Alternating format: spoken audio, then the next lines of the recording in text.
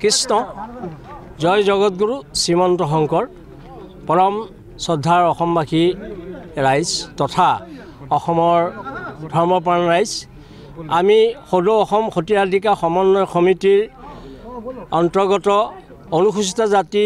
বিভিন্ন দল সংগঠনৰ বিষয়ববীয়া সহিতে আজি আমি সভা কৰিলোঁ আৰু এই সভাত আমাৰ সিদ্ধান্ত হৈছে যে আইগৰাকী সতীৰাধিকা আইগৰাকীক আমি বিশ্ব দৰবাৰলৈ নিব লাগে আৰু সতীৰাধিকা আইগৰাকীৰ যি বৰদোৱা শান্তিজানৰ পাৰত যিটো আমাৰ ক্ষেত্ৰ আছে আমাৰ আইগৰাকী স্মৃতি ক্ষেত্ৰ সেই স্মৃতি ক্ষেত্ৰখন আমি পৰ্যটকস্থলী বনাব লাগে আৰু আইগৰাকীৰ হৈ আমি অসমত এখন বিশ্ববিদ্যালয় আমাৰ স্থাপন হ'ব লাগে আইগৰাকীৰ নামত যি আমাৰ অনুষ্ঠান চলি আছিলে যোৱা প্ৰাক্তন মুখ্যমন্ত্ৰী সৰ্বানন্দ সোণোৱাল ডাঙৰীয়াৰ দিনত আইগৰাকীৰ নামত এভাগী বঁটা প্ৰদান কৰিছিল সেইটো বিশেষ কাৰণত বন্ধ হৈ আছিল আমি অসমৰ মুখ্যমন্ত্ৰী তথা স্বনামধন্য শ্ৰীযুত ডক্টৰ হিমন্ত বিশ্ব শৰ্মাক আমি আহ্বান জনাইছোঁ যে তেখেতৰ চৰকাৰে আমাৰ আগন্তুক 12 মে'ত যিভাগ আমাৰ সতীৰাধিকা উৎসৱ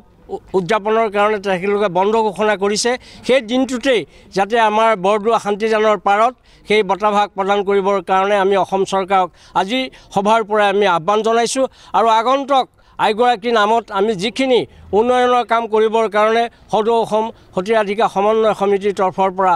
আমি প্ৰস্তুতি কৰিছোঁ এইখিনি সম্পূৰ্ণ কৰিবৰ কাৰণে আমাৰ অসমৰ সমূহ ধৰ্মপ্ৰাণ ৰাইজক তথা অসমৰ জনসাধাৰণক আমি সতীৰাধিকা আইগৰাকী হৈ কাম কৰিবৰ বাবে আমি আজি সভাৰ পৰা আমি আহ্বান জনাইছোঁ কৃষ্ণ শংকৰ মাধৱ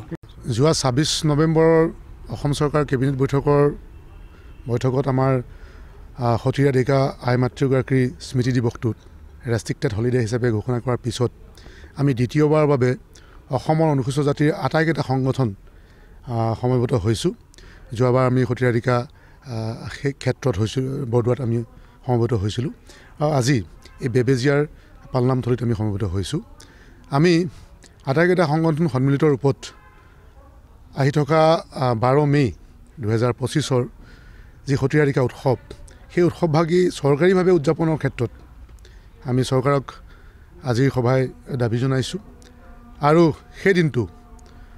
অতি উল্লাহ মালহেৰে আমি কেনেদৰে পালন কৰিম তাৰ পৰিকল্পনা উলিয়াবলৈও আমি আজি সভাত সমবেত হৈছোঁ আমি আশা ৰাখিম অসমৰ মাননীয় মুখ্যমন্ত্ৰী গতিশীল মুখ্যমন্ত্ৰী হিমন্ত বিশ্ব শৰ্মা ডাঙৰীয়াৰ নেতৃত্বত আমাৰ অনুসূচিত জাতিৰ গৌৰৱ বিভাগীয় মন্ত্ৰী পীযুষ হাজৰিকা ডাঙৰীয়াৰ উদ্যোগত অনুসূচিত জাতিৰ এই সতী আইগৰাকীয়ে ন্যায্য সন্মান পাবলৈ সক্ষম হ'ব নিশ্চিতভাৱে আমি সিদিনা নিজে গৈ আই সতীৰাধিকাৰ বৰদোৱাৰ সেই ক্ষেত্ৰখন পৰিদৰ্শন কৰিলোঁ আটাইকেইটা সংগঠনে বৰদোৱা সত্ৰ পৰিচালনা সমিতিৰ সাধাৰণ সম্পাদকগৰাকীৰ লগতো আমি আলোচনা কৰিলোঁ যিহেতু ইতিমধ্যে বৰদোৱা সেই ক্ষেত্ৰলৈ যথেষ্ট পুঁজি আবণ্টন দিছে কিন্তু সতীৰাধিকা ক্ষেত্ৰখনৰ উন্নয়নটো বৰ স্থবিৰ হৈ আছে গতিকে সেই ক্ষেত্ৰখনৰ উন্নয়নটো ক্ষিপ্ৰ কৰিব লাগে আৰু অসমৰ এটা পৰ্যটনৰ থলী হিচাপে নিৰ্মাণ কৰিবলৈ আমি মাননীয় মুখ্যমন্ত্ৰীক অনুৰোধ জনাইছোঁ আজি কেইটা সংগঠন আপোনালোকৰ একত্ৰিত হৈছে আজি আমি প্ৰায় 6টা সংগঠন আমি একত্ৰিত হৈছোঁ অসমৰ শদিয়াৰ পৰা ধুবুৰীলৈকে আটাইকেইখন জিলাৰে ইয়াত প্ৰতিনিধি ইয়াত উপস্থিত আছে আৰু পৰৱৰ্তী পৰ্যায়ত আমি ইয়াৰ পৰিসৰ আৰু বৃদ্ধি কৰিম অসমৰ কেৱল অনুসূচিত জাতিৰ ৰাইজ নহয়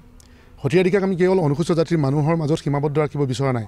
অসমৰ জনমানসত অসমীয়া জাতিৰ মাজত সতীৰাধিকাক প্ৰতিষ্ঠা কৰিবই লাগিব আৰু সেই উদ্দেশ্যে মাননীয় মুখ্যমন্ত্ৰী মহোদয়ে সতীৰাধিকাক চৰকাৰীভাৱে আজি স্বীকৃতি দিয়া কথাটোৱে এটা প্ৰতীয়মান হৈছে প্ৰমাণ কৰিছে যে সতীৰাধিকা অসমৰ গৌৰৱ কাৰণ সতীৰাধিকাক অসমৰ সকলোৰে জগত গুৰু শ্ৰীমন্ত শংকৰদেৱে সতী হিচাপে আখ্যা দি গৈছে স্বীকৃতি প্ৰদান কৰি থৈ গৈছে কোন কোন সংগঠন আছে এটা অনুসূচিত জাতি পৰিষদ আছে অনুসূচিত জাতি ছাত্ৰ সন্থা আছে অনুসূচিত জাতি যুৱ ছাত্ৰ সন্থা আছে আমাৰ কৈৱত্ৰ সন্মিলনী আছে কৈৱত্ৰ সাহিত্য সংস্কৃতি গোষ্ঠী আছে যুৱ ছাত্ৰ পৰিষদ আছে আটাইকেইটা সংগঠনেই ইয়াতে জড়িত হৈ আছে